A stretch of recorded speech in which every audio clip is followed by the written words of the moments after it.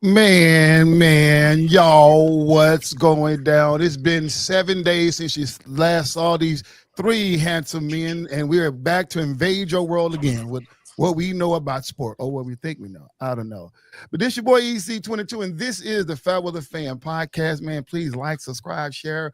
Most of all, leave comments because I want you to join this conversation like you always do.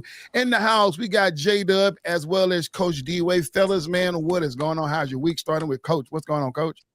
It's good. It's good. It's busy, busy, hectic. It's that time of the year. You guys know that with between work and families and holidays and crazy weather and but y'all all know how that is because y'all can relate to all that. So it's good though. I'm super excited about jumping into your topics, man. You always do a great job. So looking forward to everyone to out there to get on. Again, we want you to comment and be a part of the show because that's what makes it so fun for us. Absolutely. J-Dub, how's it going up there in Great Falls? Brother, going good. The weather throwing out temperatures like lottery numbers right now. It was 19 degrees and then 50 degrees. The wind was blowing 70 miles an hour last night. We're supposed to get some snow tomorrow. It's not easy for a Southern boy trying to stay warm. You know what I mean? Hey, somebody got to do it, man. Oh, That's Somebody right. got to do it. That's greatness. Coach D, I assume you don't work for corporate America because you got all this fuzz going on. What's going on, man? You know what? Looking good though, man. You Letting the know Santa what? grow. It's I've been able to not have to see anybody in corporate America. I'm still working and still moving my cargo and working on Yeah, my calendars, but I've been able to do it behind the scenes. So, yeah. but I got a feeling that's all fixing to come to a halt. So, That's not going to work well on them cold calls. I know that's right. So I I know, got right? I got to go make some. Think I'm gonna head up to Paul's Valley, Oklahoma, which is a Yeah. great town. Yeah. EC, you probably passed that I exit, passed it when I go to Oklahoma. Yeah, Paul's Yeah, Valley. go you can go Oklahoma City, yeah, for sure. So Hmm. so yeah, but I'm gonna try to as long as I can, but it'll be coming to a halt here pretty quick. So I know but it, man. J was making me laugh earlier. He called me and said, "Hey man, what link can I send all my people, man, so they can join in and check it out and watch it live and all this stuff?" And Yeah. so I said, all you gotta do is just find the Fairweather Fan link on either on YouTube or on Facebook, whatever. And Right. so he's doing that. He goes, oh gosh, I'm ugly. Oh my gosh. Hey, And look. He goes, I gotta find something else to wear. I've been wearing the same thing every week. Ain't nothing watch yourself on TV. Yeah, Yeah. what's Oh up, man. dude? So I yeah, saw. and I mean, I think I've been made it known. I kind of speak from the hip. I'm fully transparent at all times. So to Yeah. see my stuff be recorded and documented for other people to look at kind of makes me a little nervous. I got to start thinking about Yeah. if I said something or not. Yeah. I said, man, I said, you can go back in there and you can see all the shows we ever did. He goes, oh, all of them? I said, Yeah. yeah. He goes, I don't know if I like that or not. Hey, no, but I tell you, man, you guys has done phenomenal. When I go back and watch the shows, I It's do it all the funny. time. I definitely love hearing you guys speak more than I hear myself speak. So you guys are really, really, really make this show Fun great. stuff. So, but thank you guys for joining in, man. Let's kick it off, man, with some college football Let's do playoff it. review. Man, it went down Sunday. Everybody's watching. You know what? I found myself at the same place at the exact same time Sunday. Last year, I was over at the PGA headquarters at the clubhouse eating breakfast over there. And I found myself over there. I did that last year, and I didn't know where we was going for breakfast. We left church, and I said, "Okay, let's just go get." And before I know, she turned in over at the PGA headquarters for breakfast, and then I still wasn't thinking about the playoffs. So as soon as we walked in, I said, "Oh my God, we're doing it again! The exact same place, the exact same time to watch the watch." And it was fun. It was fun. I was so excited about this one team. We'll talk about them later on. But what do you Hey, got overall? EC, what is that? Is that a pretty good spot over there? I've never. I can go check that out, man. Man, a golf resort. That's all I can say. A golf Okay, resort. yeah. Well, Yeah, it is off the I'll have to chain. get my baby cakes, and we'll have to go over there for brunch one Sunday. Yeah, sir. It's a nice little place, man. They got Sweet, all types of restaurants up in there, but man, yeah, that one was awesome. sweet. So no, man, I'm ready to jump into it. So the So college football playoff review, chaos football. Pros and cons, likes and dislikes. Y'all teams get in. What you think, J-Dub? That's a lot to unpack. I said this last year when we did this same show, the same time. This is a new system. They have a lot of wrinkles to iron out. I don't know, between this and the NIL and the transfer portal, they all happened at the same time. So college football is in complete disarray right now.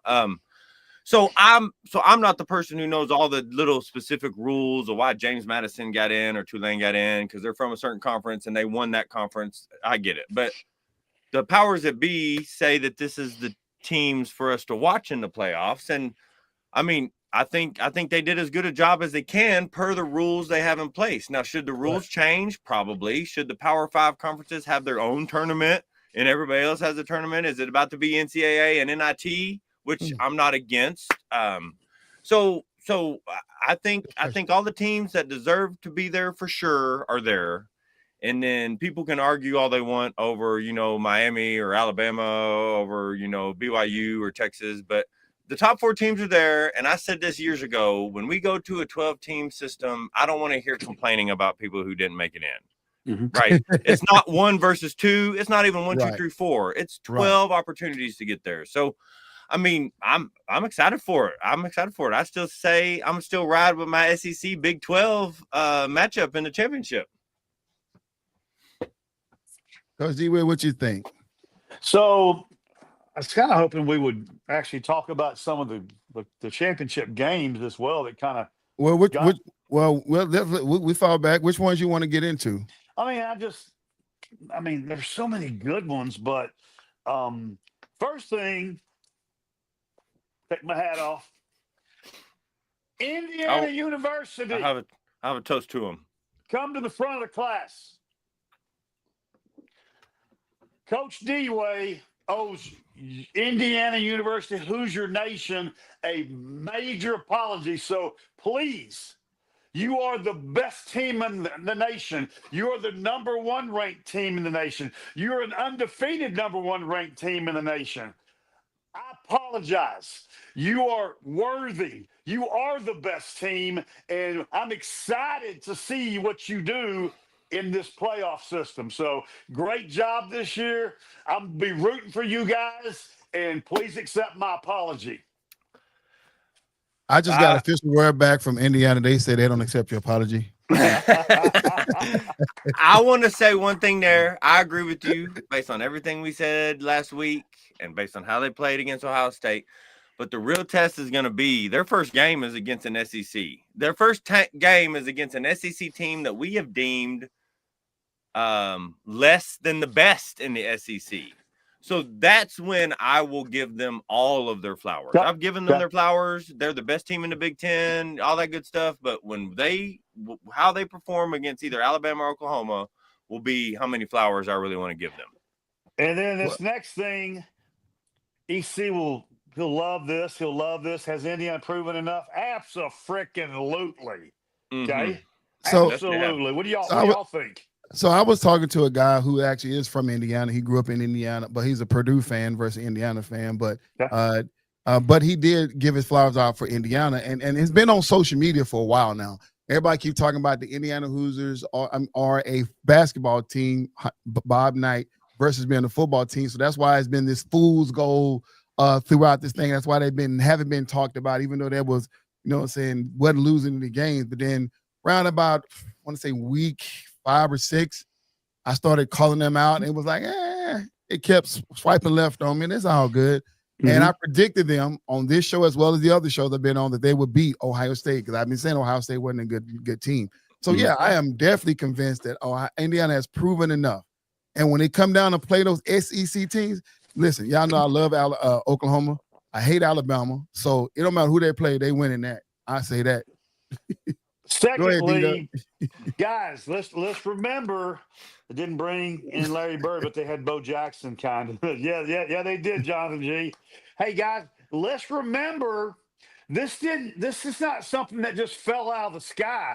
Indiana had it going on last year and had a monster season last year, was kicking tail and taking names. They signed their head football coach to a multi-gazillion-dollar deal to keep him, and he had offers from all the big schools, and he said, no, I'm committed to this program and to these kids, and you can see what happened. Now they're 2 years in the running now, so I don't think J-Dub. I don't think it's a fluke that what we're watching in front of us. What do y'all think?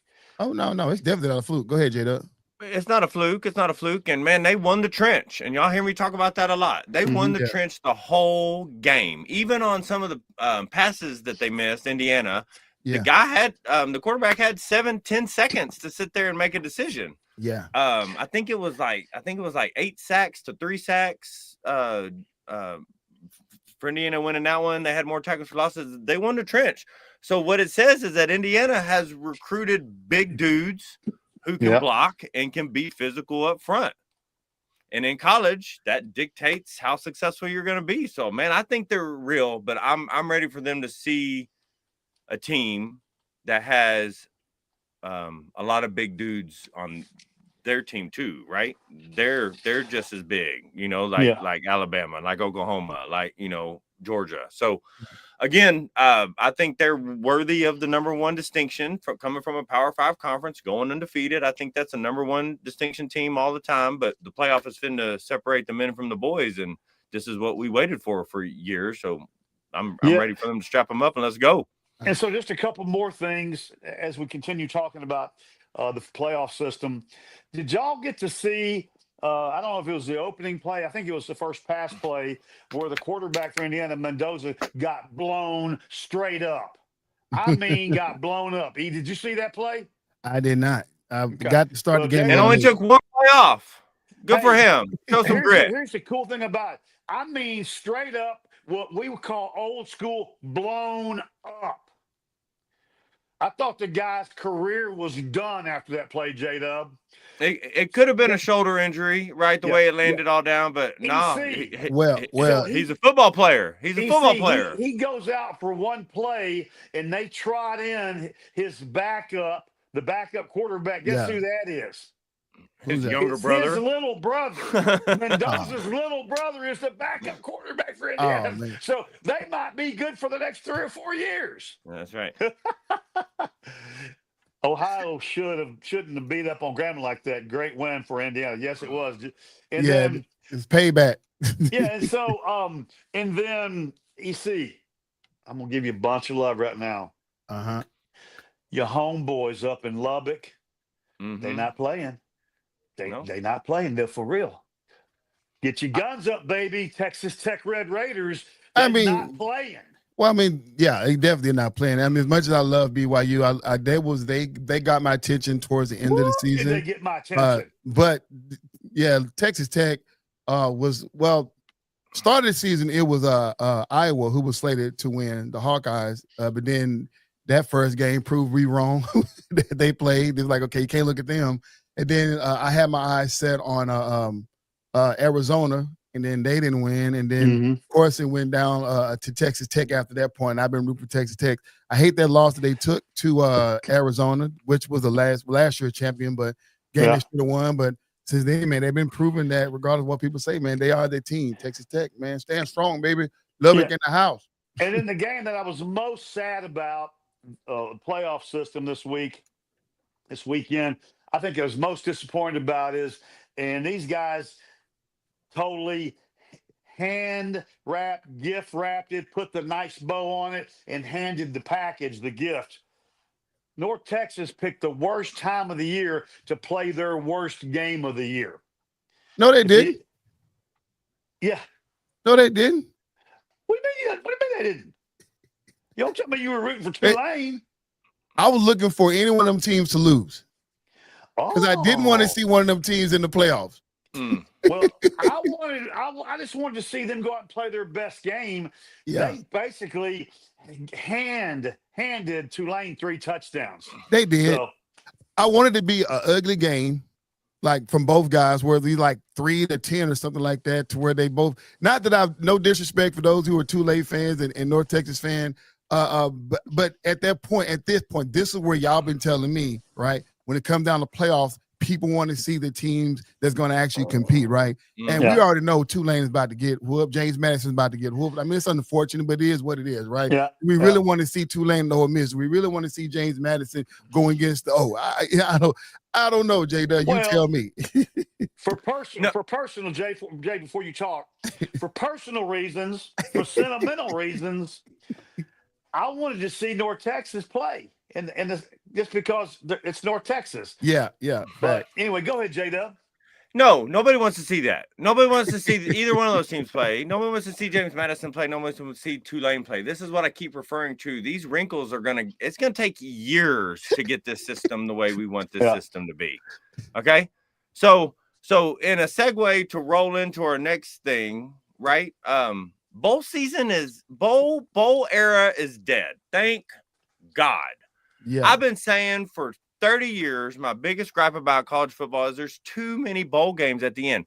Who's watching the 6 and 7 James Madison play in Arkansas State in the Kibble Bowl in Lincoln, Nebraska? Who's actually watching that game? Why does that game exist? Yeah. Right. So this is the playoff, the transfer, the fact that teams are opting to not go into bowls. This is the beginning of the end of the bowl era. Let's go Green Wave. I get you.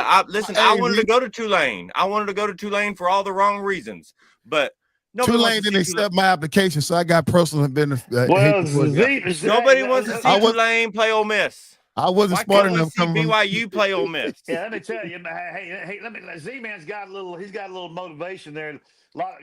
He's got his daughter at Tulane University on a track scholarship, and she's killing it. She's going to be going to medical school. Right. That's phenomenal. I'd rather watch her run track than I would watch the Tulane men football team get beat down by Ole Miss, who doesn't even have a head coach. So that's how bad they are. So I got two questions. Doesn't even need a head coach. There all hot like that, man, on Tulane. Hey, by the way, guys, I'd be remiss.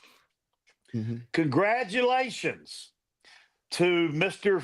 Z-Man and Mrs. Z-Man. They became grandparents for the first time this weekend. All right. Congratulations. Beautiful granddaughter, Emery Jade Zahuma. And I know, and that's Simba. That was Simba's. Yeah.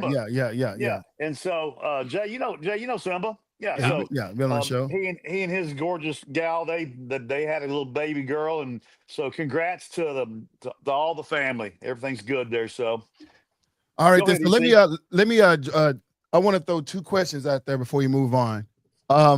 Alabama, J-Dub, 3-loss team, making to the playoffs.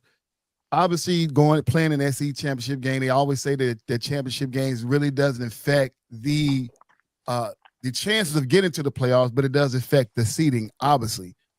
So all these other teams that didn't make it out, including the teams we're going to talk about later on, are upset because the 3-loss team has made it into the playoffs. Is it fair or not, or should that last game count as a loss? They shouldn't make a 3-loss team in the playoffs. What do you think?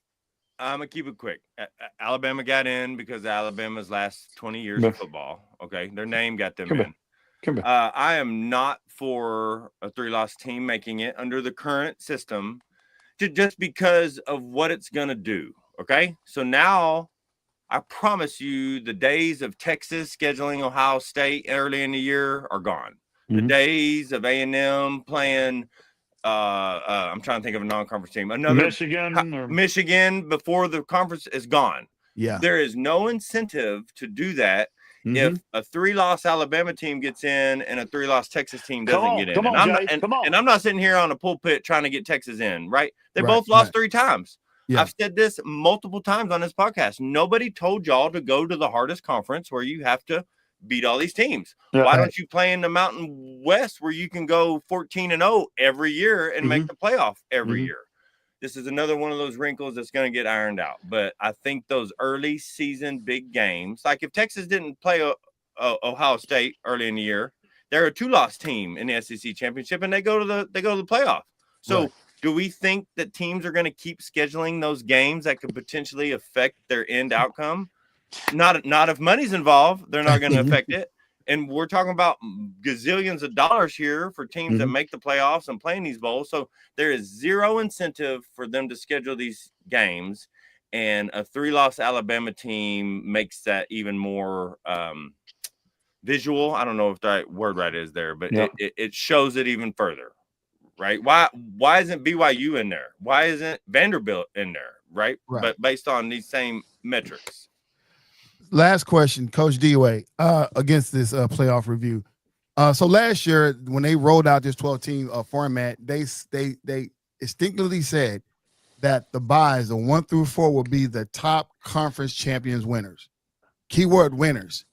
With the bad performance that Arizona State put out and what Boise State put out last year, they made a slight adjustment to it. Yes, sir. So now we have 2 teams from the the Big Ten with Indiana and Ohio State in that. How do you think Miami should feel? Do they with the ACC? You think they should have been in that in a bye week or what? I mean, I think they got it right. I mean, I think based on record, the four best teams are there. But I got a question for both of y'all. Okay, what are we going to say if Alabama, which I'm looking at it, it wouldn't surprise me for Alabama to make the national championship game. Oh, but before we get that, J-Dub, you want to take that question about Miami being an ACC? No, right. And so that's what I'm talking about. Exactly. That's exactly what I'm talking about. So they got it right based on the strength of the team, who's the best. Yeah. But they got it wrong based on following their own rules, based on what EC just said. Miami should be the number 2. They should get a bye. I don't care what number they are. Why? Based on these weird rules. The same rules that put James Madison and Tulane in this tournament is the same rules that should have put Miami as a bye week team. Okay. Power 5, Power 4 conference, you're supposed to have one representative from the Power 4. That's why you have those 4 spots. So you got Big 12 with Texas Tech. You got Indiana winning the Big 10. You got Georgia winning SEC. And the next one is the ACC. Should have been Miami. Do I think Miami's better than Ohio State? Absolutely not. But we have to follow the criteria that this panel you put these, what this committee put forward. If you follow the criteria, and I'm okay with that. Right. Look, I don't know if you guys have the bracket pulled up. I got to put it up right here. Yeah. If you put Miami in as a bye, which of those 4 teams? Who do you flip Miami with? What I'm trying to say. Well, with cycle. So now Ohio State would be number 5, and everybody would drop a number. Exactly. So but again, Ohio State wouldn't get a bye. Is that what you're saying? Ohio State wouldn't get a bye based on the committee's own wording of the rules, right? Okay. Right. Okay. So again, I think these are going to be ironed out. I don't think we're going to see Tulane and James Madison. Yeah. I think 3 years from now, the Tulanes and the James Madisons don't get invited. I mean, the winner of those American Conference and the Sun Belt Conference don't get invited to the playoff. So unless they have some Power 4 schools on their conference. And they in their schedule. Yeah, there it is. Yeah. If Tulane has beaten Alabama and Ole Miss and Texas and they competed well against A&M, then I'm good with them being there. But until they do that, then they're not welcome in our playoff. We talked about this last week, and J-Dub asked me. I said I wasn't drinking the Indiana Kool-Aid, and J-Dub said, and again I'm paraphrasing. What are you going to say if Indiana plays A&M in the first round and they beat them by 3 touchdowns? Right. And my answer was, you'll have to give them their credit. Then they're the real deal. I was wrong. I missed it. Yeah. Well, apparently I missed it because they beat Ohio State. But having said all that, y'all didn't answer my question. Okay. What does the general public say if Alabama, which it wouldn't surprise me if they're playing in the national championship game? Nothing different? No, it just gives more credit to the SEC. It just gives more credit to a bad SEC team is better than everybody else in the country. Yeah. I would even go as far as to say and guys, tell me I'm wrong or not wrong. I wouldn't be surprised if Alabama won the national championship. That's not who I'm rooting for. That's not how I hope it works out. But are y'all? And again, that goes back to what J-Dub said. It just kind of gives more validity to the SEC schedule and how tough that conference The is. fact that you even allowed yourself to say that Alabama has a chance to win a national championship, even make it there. Okay, I'm like, okay. For you not to think that they have a chance, come on. Hey, listen, I was drinking their Kool-Aid because I said that they had the hardest schedule and they played some really dog teams coming throughout. But watching them play lately, right, and looking at them play Georgia. I mean, the way they lost to Oklahoma, that was the game they needed to win, right? Yeah. And then you turn around, so you lose to Oklahoma, then you lose to Georgia. It's like, I don't know what you can offer anymore to this playoff other than just your entry into it. And that because you didn't get in last year, so now you get in this year. So all the Alabama, all the Crimson Tides are happy they got in a 3-loss team that we just talked about. You the only 3-loss team in this. Call it what it is. So then you got to play Indiana. If you get past Oklahoma, you got to play Indiana, who we just all declared is the real deal. Yeah. Well, you heard what J-Dub said. We'll see where they are if they get through the SEC in this playoff bracket. You know, to answer D-Wade's question, it would give the committee even more justification as to why a 3-loss team would be involved. Amen, Lou. Amen, Lou. There it is. That's the point. They got all these wrinkles. As always, I had Lou more knocks it out of faith. the park, man. I had more faith in Texas running the table in the playoffs being a 3-loss team than I did Alabama. Because the way Texas turned it on at the end of the season. It's like they went like this here. One went up, one went down. So J-Dub and I just had this conversation. I promise you, nobody in the country wants to play Texas right now. No, we do not want to see 16, but I get you. It's good because they're going to try to open up more for more of the SEC teams to get in, and they're going to look at 3-loss teams and strength the schedule and stuff like that. With that being said, J-Dub, you kind of talked about it earlier, but I want to go ahead and let you just expound on it even more. How important are these non-playoff bowl games? Is the era dead with this 12-team format? There's dead. It's going to take a while to die. It's dying. Let's say that. It's dying. So, you know, how many teams are we up to now? 12 that have opted out of bowls, I think. And I can't say they're right or wrong.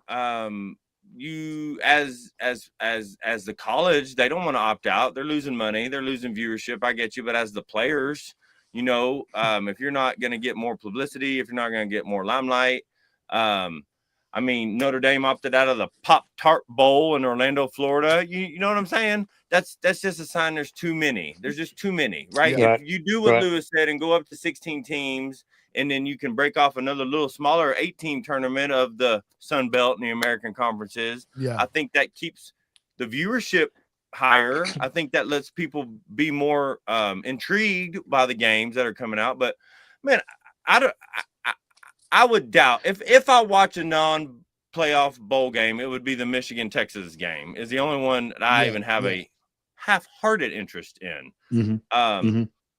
But again, there's been too many bowls for 25 years now, since 2000. I think y'all quote me or y'all can get me wrong, but I'm gonna get close to the mark. I think in like 2000 there was like 19 or 22 bowls somewhere in there. I think we're up to like 46 right now. Aren't we? And I keep asking myself, who's watching these games? Yeah, but it's all about the money for these. It's all about the money. So let's make it all about the money. And if you increase intrigue into these games, however you want to do it, then you'll make even more money if it's all about the money. Non-playoff bowl games are now not as important as they once were back in the 90s due to college football. Amen, Lou. Yeah, exactly. So all these bowl games, I remember a Senior Bowl. I think there should be all these teams that don't make these. In my mind, I'm the dictator of college football right now, and I have 2 tournaments. All the teams that don't make these 2 tournaments, the guys that want publicity to get into the draft, they go to this 2-week thing. We're going to run simple plays. We're going to have a simple playbook so y'all can get one more exposure in real time. So I think the bowl era is dead. It's just going to take it a while. Hold on for a second, y'all. Oh, God. Y'all, this right here is going to make me cry. I got none other than Christopher Jermaine Curtis in the house. My big Woo! brother, what's up, man? Thank you for What joining up, the show, Chris? man. Wow, man. So all I know, either one of us is fine with. I'm about to come out of retirement and do it. I like it, big bro, man. Thanks for joining the show, man, for the first time, Chris. Thank you, big bro. Welcome, Chris. Look at that handsome face right there. Yeah. CC in the house. But Lou said, with the NCAA keep adding these weird name bowl games, it decreases interest even watching. Right. Oh, G said, let's go, D Nate. Man, so so J-Dub, what you're talking about is like an NIT for football.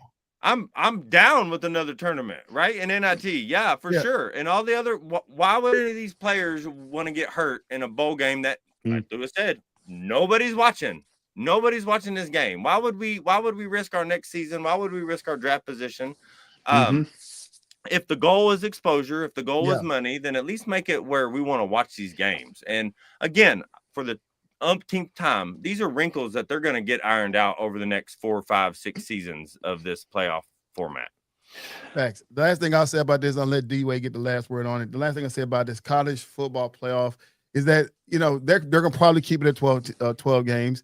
I was talking to Ryan Hall, when our brothers go to the church. He's on the committee, in committee for the actual national championship games. He works that celebration committee. He makes sure he got to go to each city and make sure all the details are ironed out. But he's in the room where they're making the decision. He said, it's been tossed around.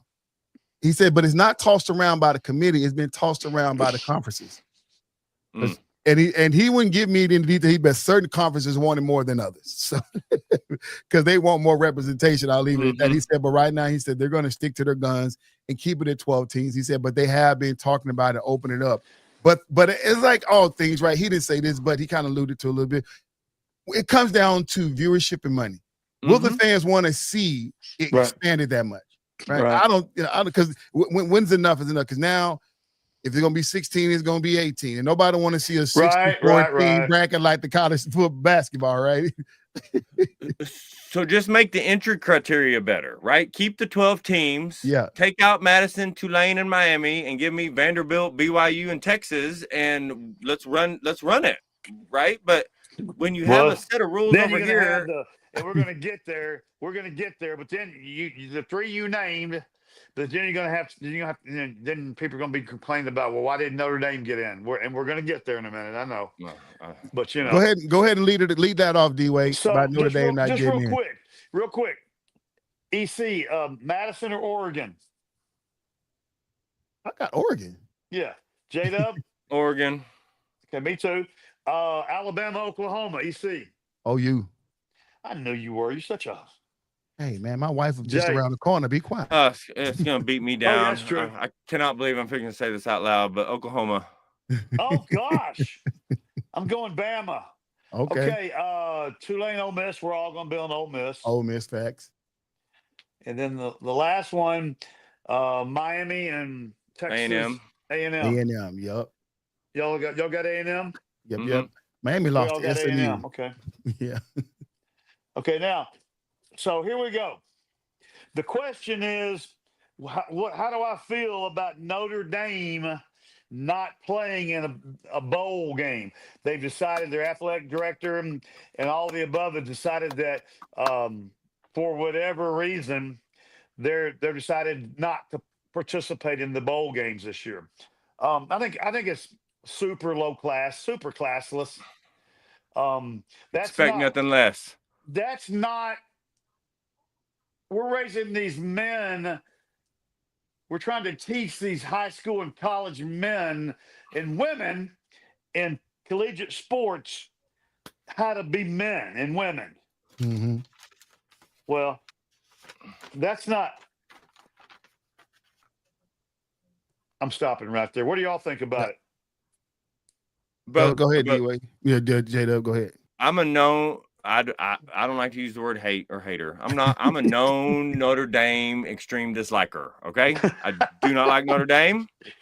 They thought they could beat the system. They thought they could schedule 2 hard games a year and 10 bottom feeders. And since they're not in a conference, that they're automatically get into it. Okay.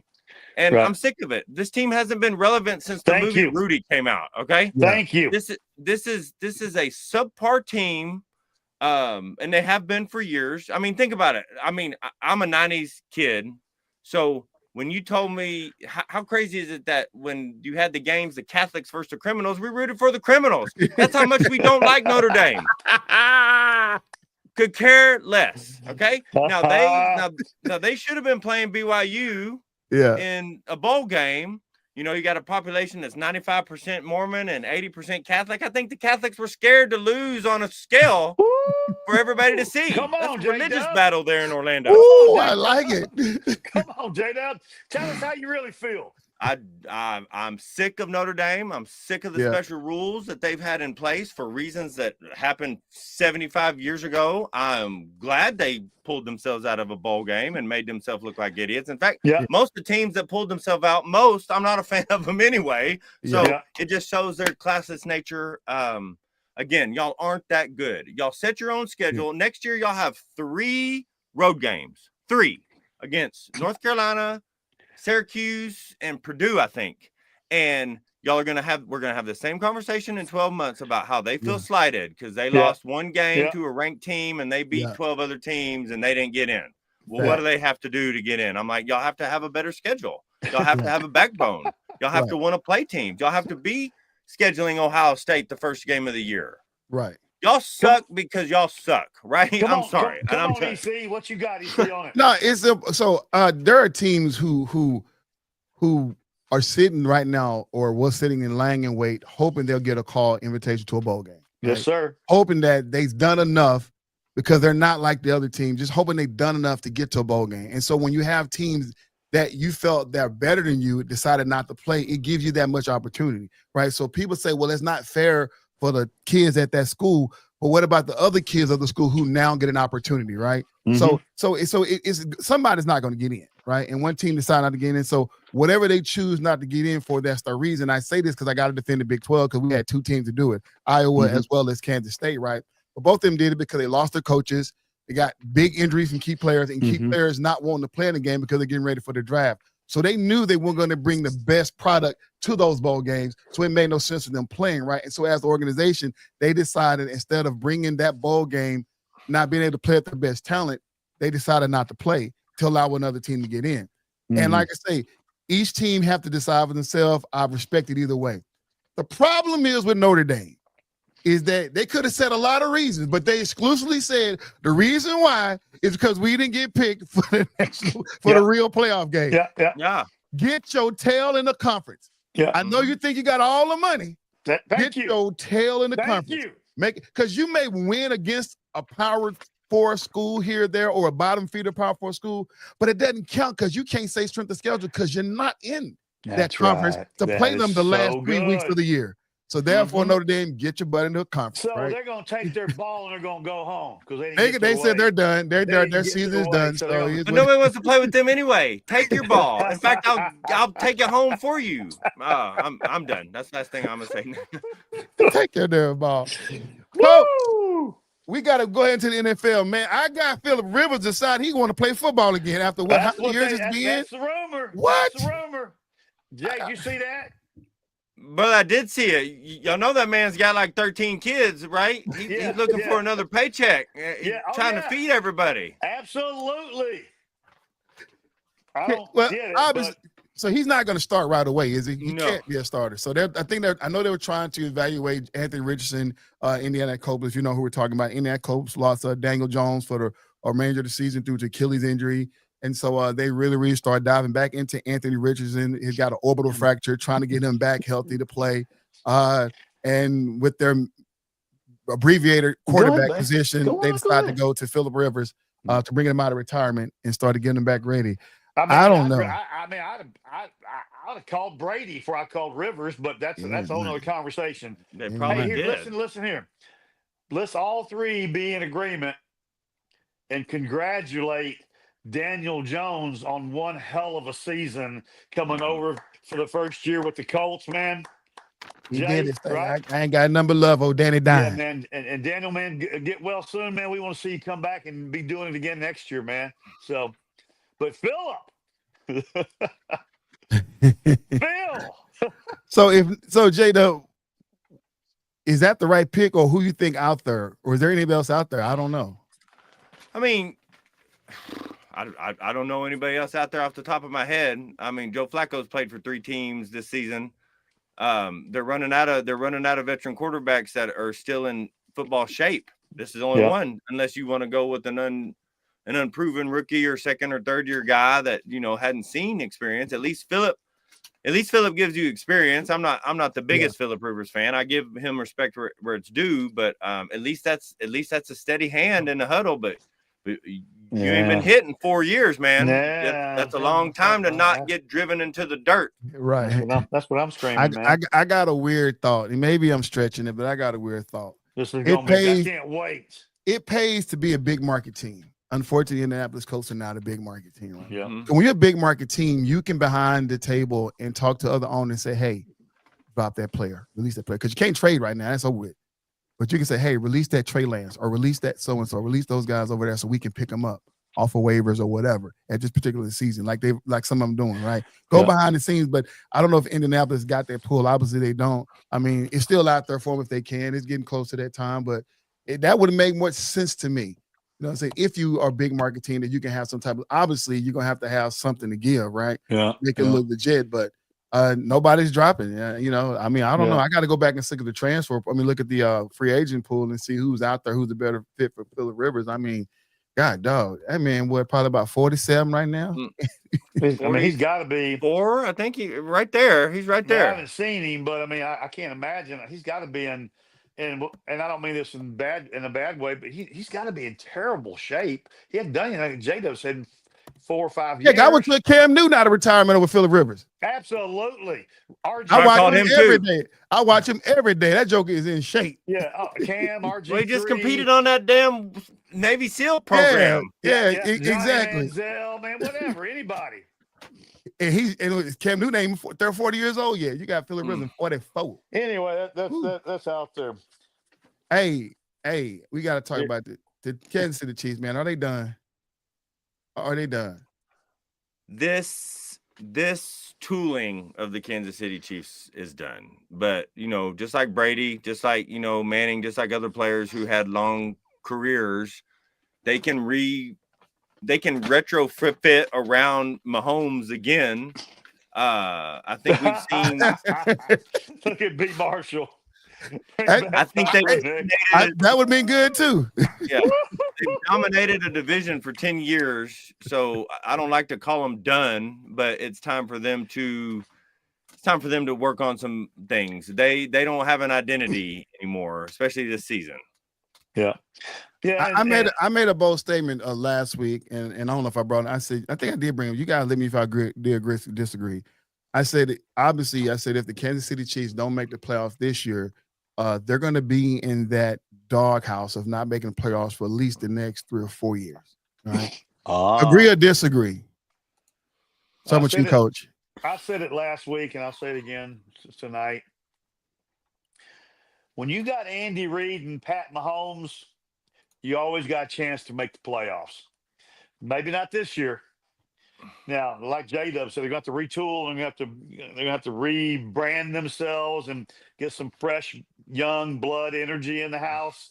But when you got Mahomes and you got Andy Reid, yeah, they'll be back. They'll be back sooner than later. Jay? And I agree, but man, they had a tough schedule this season, y'all. They had a tough schedule. All their losses, except their loss to the Cowboys, all their losses are to playoff teams. Mm-hmm. So it's not like they were getting beat by the bottom feeders. We're going to keep using that word. That's the word of the podcast right now. Bottom feeders. They've lost against real teams. So, I mean, I'm not going to sit here and say that they can't make a couple key pieces. And the game we watched, man, I got a whole bunch I can say, but I still don't think the Houston Texas defense is getting the credit they deserve.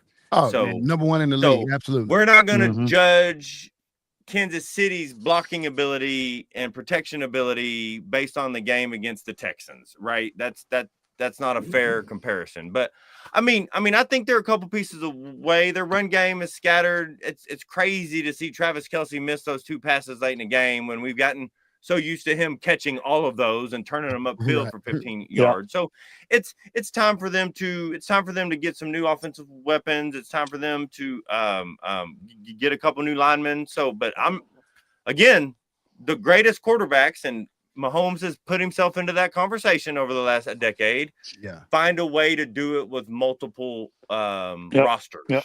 Right. Yep. So he just needs a couple new linemen on offense, a couple new defensive players, and Kansas City can make a run for the championship next year. They can. Are they mathematically out of it right now for this year? Not now, but not it's like less but, than a 1%. It's less than 1%. Yeah. Okay. And we also need to throw in where are the what are the Eagles? Where are they? What are they doing? What's their direction? What's y'all's prediction on the rest of their season? Man, the Eagles are fine. They're fine. They're going to make the playoffs because, like I say, all they got to do is win a division. Dallas, we're going to talk about Dallas in a minute because Dallas has to pretty much execute the plan going forward because now it's in their hand and they got to get help from other teams in order to make the playoffs. Yeah. So they're going to have to make sure they execute, and we'll run that down on the final take. But the Eagles are fine.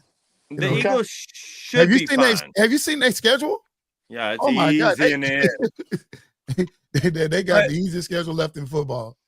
I heard one of the broadcasters say it before the game, and so I was really paying attention to it. The Eagles, in an effort to try to expand their offense and make their passing game better, their run game is in complete disarray right now. They can't run the ball, and they got one of the best ball runners in the league. He should have been MVP last year. But so that's they lost that Lane Johnson out. That's what's hurting them. Yeah, yeah. So again, but they should go 4-0 their last four games, and Buffalo and may give them a little bit of run for the money, but they do got to go to Buffalo. Yeah, they got Raiders and they got the Raiders and the Washington Redskins Commanders twice, and then Buffalo. So best thing they'll go 4-1, 3-1, and then 3-1 puts them at 11-6. That's still winning the division. Yeah. And like I said, the Cowboys are already 2 games behind them still. So it's Cowboys. Speaking of those Cowboys, man, listen, let's talk about what they actually have to do in order to get in. And it don't look good for what it is, but I'm gonna go ahead and JW, you want to take a look into it, or so the first thing they have to do is not lose. Okay, not another game. So that Chargers game is going to be tougher for them. I still can't give Justin Haber his flowers, but that Chargers game is going to be tough for them. And going to New York, a rivalry game in New York, even though New York isn't very good, is never a guarantee. But first of all, they have to win out, and then they need the Eagles to lose 3 games. Is it 3 games even if they win out? Yeah. Cowboys win out, they can't get in. If they win out, it's not in their hands. If they win out, the Eagles still have to lose. Okay. Right. So let's, because now you're looking at the problem that's hurting it right now is the West Division, right? Because right now you got the Rams, the Seahawks, and the 49ers are not going to get a wild card. Right, because they're 9-4 right now, and you're talking about Green Bay and Chicago are Green Bay is 9-3-1, Chicago is 9-4, and you got 49ers are 9-4. So when you start looking at where the Cowboys at, they need a lot of help, not just from Philadelphia, right? They're gonna need some help from the 49ers and maybe Chicago, or because you gotta get so one of these conferences gonna take 2, either one gonna take 3, others gonna take 2 and 1. Or it's going to be 2 and 2, whatever. And that's what they're expecting. So it's going to be a lot. It could happen. They're not mathematically out of the playoffs, but it could happen. But on a positive note, man, I'm not even a diehard Cowboy fan, but I'll defend Scotty and Dak to my last breath, that they earn their contracts. I think everybody's contract is too high, but they came out and they did what they said they were going to do. Wow. The Z-Man. Yeah, I hear you. Maybe it'll work. Grandpa, line them up on opposite sides of the ball. Grandpa, you might be onto something. G said the Cowboys are 1 loss behind the Eagles, but we're talking about the win column because that one tiebreaker is going to hurt them, G. Mm-hmm. Yeah, technically they're 1 loss, but you're looking at that win column, that tiebreaker, it's not going to look good if they get to that situation. That's what we all talking about. He said, what did he say? Cowboys have to win the NFC East. Obviously, yeah, they got to win, and that's not going to happen. They got to win the Oh, East. yeah, that's Yeah, right. that's going to happen because the Eagles. Yeah, they win a division. That's automatic. They're in, right? You win division in, but man, that is a tall task. You expect the Eagles to lose out and y'all win out. That's the only way that's going to possibly happen to get you guys closer to, you know what I'm saying? So I don't know. And you talking about they got the Commanders who ain't got a quarterback twice? That's why they can't say they're mathematically out. But I think again, man, that secondary is so bad. I wouldn't put money on the Cowboys if it was your money. See, this one, Luke. Thank you for saying that. If they beaten the Cardinals and Packers, yeah, this is not even the Packers, just beat the They Cardinals. beat the Cardinals. Yeah. Yeah. So me and G, we went at it for about almost 4 hours one day talking about Jerry Jones and the fact that how he whether he make good decisions or not, right? And I kept telling him, I said, hey, whether he make good decisions or not, that's to any man's interpretation, right? But the one thing we know he does is wait too late. And you talking about when they finally added some pieces to the defense, they fell right in slot and a defense turned around just like that. Why couldn't we done this? You didn't have to wait to trade deadline. We talked about this last week. Why wait so late if you know where the missing pieces are? And that's the problem with Jacoby Jones, as Cam Newton would call him. That problem. And we wouldn't have lost our games if we would have had the right people in the situation. Yeah. So people are going to say this, and we're going to hear this, and we're going to hear it. And I said it. I asked this question last week. I'm going to ask it again. If they have the same record as Eagles, Cowboys would win, but they're not going to. You can't have the same record as Eagles unless the Eagles tie a game. Yeah. I still believe that Dallas is in the same scenario had they not traded Micah Parsons. I don't think they're in any better situation. But most of the haters out there are going to say, no, that's the reason why they didn't make the playoffs because Jerry, he blew out Micah and all this kind of stuff. But I don't have a crystal ball, so I think if you kept Micah, I think you would have been in a. You would have. I think you wouldn't have been in a situation because you're talking about that Carolina Panther game. Mm-hmm. There's no way in the world Micah Parsons would have sit up there and let Rico Dabo do what he did. Ain't no way in the world. Because you're talking about forget Carolina and forget that they should have lost that game. Mm-hmm. Yeah, we didn't. He ran over 200 some yards on us. Yeah, Michael Parsons would have closed that. He would have stopped that run game. If we beat Carolina, who's terrible, and if we beat Arizona, who's terrible, Dallas is in. Yeah. If we're fifth, we'd all be drunk. Oh gosh, here we go. Jada's favorite quote. His favorite quote. You need to trademark that before I start using it. If we're fifth, we'll all be stamp drunk. it. No, stamp it. Put it on a t-shirt. Trademark it for the FairWeather fan. You trademark it. Well, but this was a good season for the Dallas Cowboys. I like what I saw at the end. Obviously, like I said, you waste yet another season for Jerry Jones not making the right decisions. But at the end of the day, you end this season the way you ended, win with a bang, and of course the Cowboys fans, we gonna always find something to hold on to next year. So it don't stop for us Cowboys fans, man. Even the FairWeather fan, I like to troll the Cowboys because I am still a low-key FairWeather fan. So it is what it is, man. That's the Cowboys season, man. That's all we have on our topic. You guys got any other topics you want to throw out there, man? We got a few minutes left in the show. Yeah. I got one little side note that I love. There's little things I love about college sports. I'm rooting for it. I'm just rooting for this one reason in the college football playoff. I'm rooting for Indiana and I'm rooting for Texas A&M because those are the only two schools that their volleyball teams are still in the tournament. So I love it when schools have success across multiple sports. And Indiana and Texas A&M both have their teams in volleyball and football playoffs right now. So that's a little side nugget. Thanks, Jay. I didn't know that. That's cool. Mm-hmm. Yeah. Yeah, I got to catch some of the volleyball games, man. This is the tournament right now. Yeah. Another one, D-Way might be more interested in. Man, listen, ever since this whole thing broke in the NBA about shaving points, that's a great one. I hope not. I mean, I hope so with a different attitude. What about that Pete Carroll Raiders field goal as time expires to go from a loss from 10 to a loss to 7 when the spread was 7.5. Now, somebody make that make sense to me. And now the easiest answer is Pete Carroll or some of Pete Carroll's family has some money on a game. They need to get the spread, right? Woo! But it was the same the last time I had that thought this season was the Cowboys kneeling it with like 2:45 to go from the 15-yard line. I was like, who doesn't kick the field goal and just move on? You're up, I think you would have been up 13 at that point. Yeah.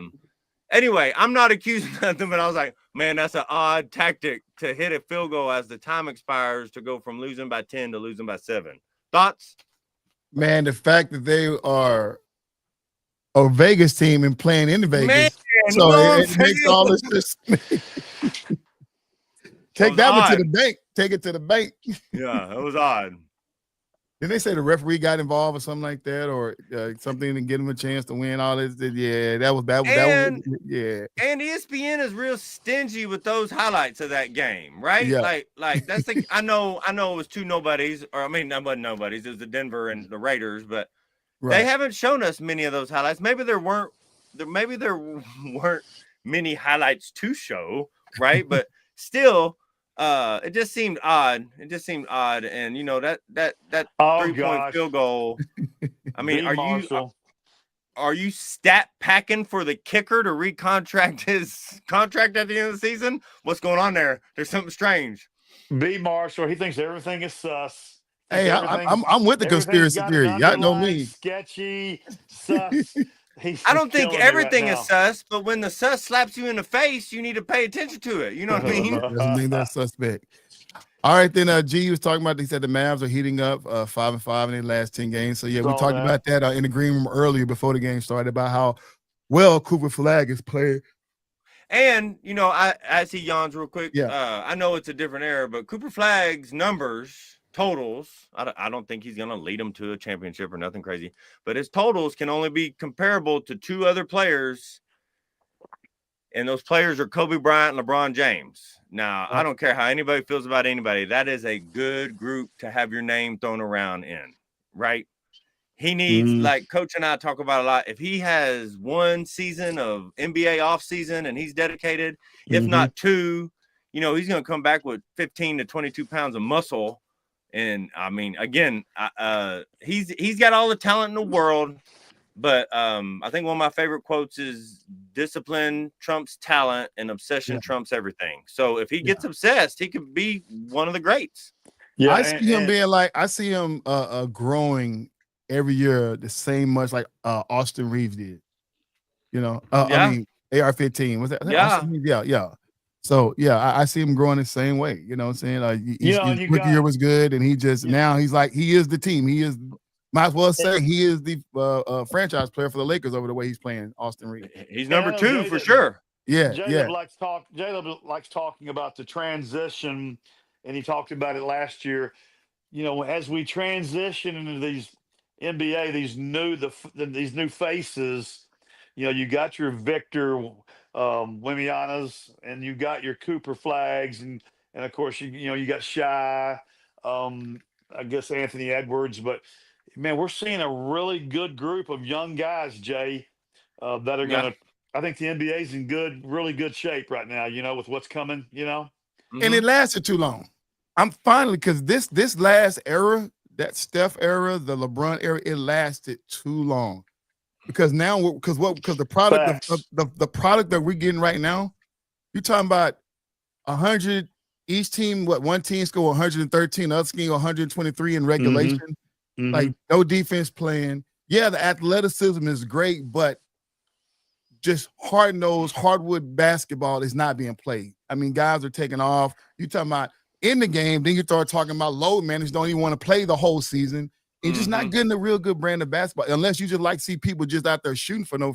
We want to see some real good basketball, right? And college now has been more fun to watch, men's and women, than the NBA. You know what I'm saying? So I've been watching more highlights from all these sports basketball podcasters from men's and women college versus they don't even really talk about. The guys I watch, they talk about Austin Reeves and got Cooper Flag. Those and Wembanyama. Those are the only threes I've seen them guys talk about, and these guys are heavily in the hoops, and they ain't those only three they've been talking about. Okay. So I mean, and I agree. They're like this. That's why it's hard to watch, the NBA, other than just following the Mavericks right now, y'all. And I can't do that as a podcast. I gotta watch all the games.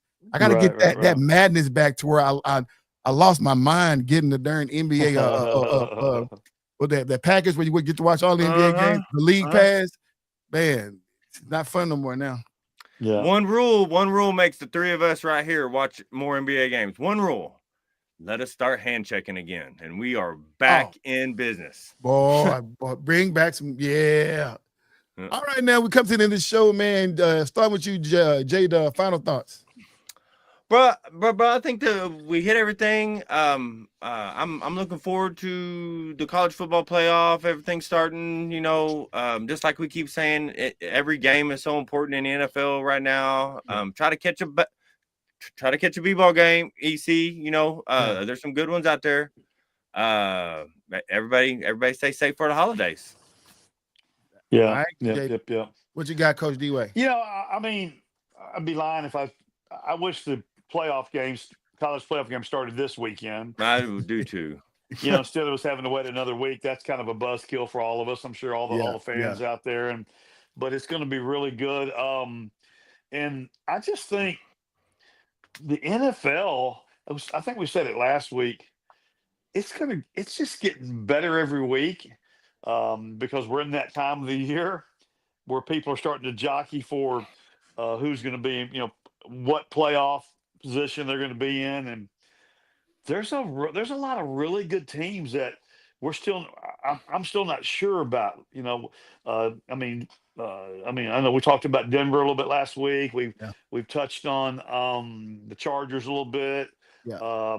I'm drinking the Texan Kool-Aid big time. Yeah. So there's a lot of teams out there that I'm, Chicago. I'm really hard on them because B. Marshall's, that's his team. Look at Z-Man. Z-Man. Tulane went over Ole Miss. Yeah.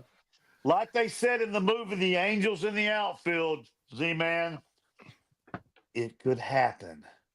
It could happen. So. But I hear what you're saying, D-Way. I mean, but that's what makes this season of NFL fun, because last year, this time, we already had our picks. Yeah. It's crazy. Yeah, so we're not. But now we don't know who to pick, so that's what makes it fun. I said it last week. We're not talking about Buffalo, which is crazy. We're not talking about Baltimore, which is crazy. Yeah. Eagles, no. We're not talking about Washington like we thought we would be this year. Yep. I don't want to ruin J-Dub's night, but I haven't heard any other than me. No one's mentioned San Francisco, so. It's just funny, all these teams that have been I see you that have been powerhouses, J-Dub. And guys, honestly, other than we're not really talking much about Kansas City. No.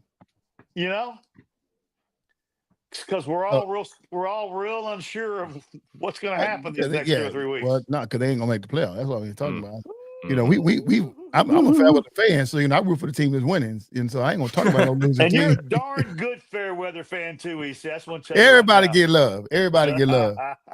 No, good. My final thoughts is simply, man. Obviously, no college this weekend, so please, if you're in the Metroplex or whatever Metroplex you in, go out there and support your local high school team. They're in the playoffs, man, and just really go watch them. It's not gonna cost you but nothing. Just go out there and watch them. And man, especially if you're in the Metroplex, man, you got run it back real quick. You have some really, really good games coming on, right? You have I'm just gonna do the 4A to 5A. You got good team to go watch is Solano versus Alvarado. I don't know where they're playing at. And I think Carthage is doing a good thing versus Athens if you're over in East Texas.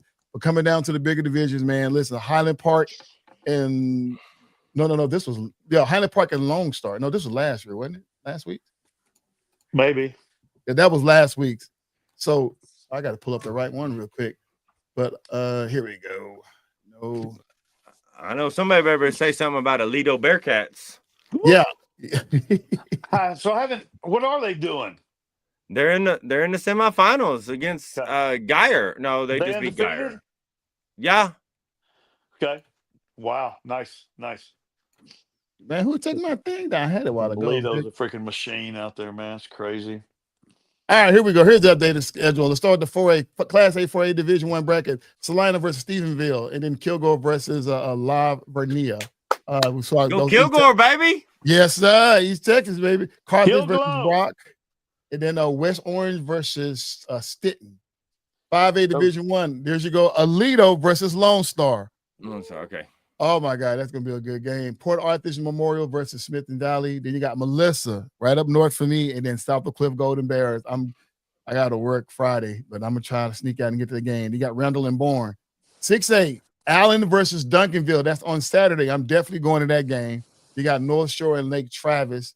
And then also on Saturday, you have DeSoto versus South Lake Carroll. And then Vanderbilt versus King. So it's going to be some good games over here in the Metroplex. So y'all go out and support your local high school team. We're in Texas, so where y'all at, go watch them.